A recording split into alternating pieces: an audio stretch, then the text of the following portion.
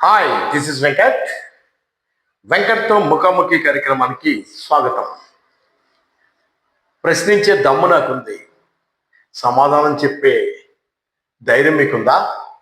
ఉంటే వెంకట్తో ముఖాముఖి కార్యక్రమానికి స్వాగతం.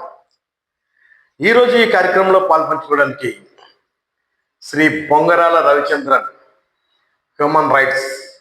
ఈయన హ్యూమన్ రైట్స్లో వర్క్ చేస్తూ ఉంటారు. అంతేకాక BRC charitable trust founder plus chairman. యాక్చువల్గా మనిషికి కావాల్సింది సాయమా, న్యాయమా?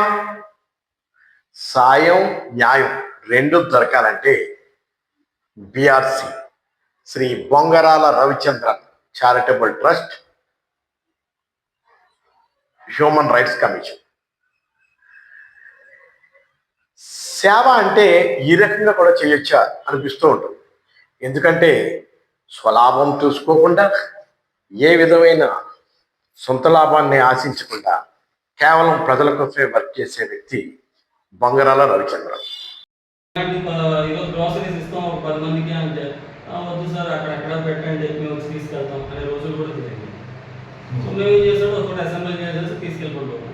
ఆ విధంగా సేవ కార్యక్రమం మనకు జరగాల్సిన సేవ మనకే వాళ్ళకి చేరాలి. అంతేగాని మనకు అక్కడికి వెళ్ళి ఫోటోలు తీసుకొని మనకి ఇది కాదు, పబ్లిసిటీ కాదు మనకు. సో ఫొటోస్ అంటే నాకు ఇంకోటి గుర్తుకొచ్చింది సార్. అంటే బేసిక్లీ ఎవరైనా సర్వీస్ అంతగా లేదు. సో వ్యక్తితో మనకి పరిచయం కూడా లేదు. పరిచయం కూడా పరిచయం కూడా అదే అవుట్ అయిన తర్వాత మీరు వచ్చారు. అవుట్ అని కాదండి, ఉన్నాం కానీ పరిచయం ఉన్నారు కానీ పరిచయం. పరిచయం. ఓకే.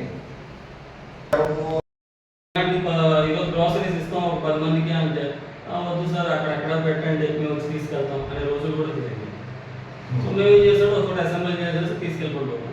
ఆ విధంగా సేవ కార్యక్రమం చేశారు. మనకు జరగాల్సిన సేవ మనకే వాళ్ళకి చేరాలి. అంతేగాని మనకు అక్కడికి వెళ్ళి ఫోటోలు తీసుకొని మనకి ఇది కాదు, పబ్లిసిటీ కాదు మనకు. సో ఫొటోస్ అంటే నాకు ఇంకోటి గుర్తుకొచ్చింది సార్. అంటే బేసిక్లీ ఎవరైనా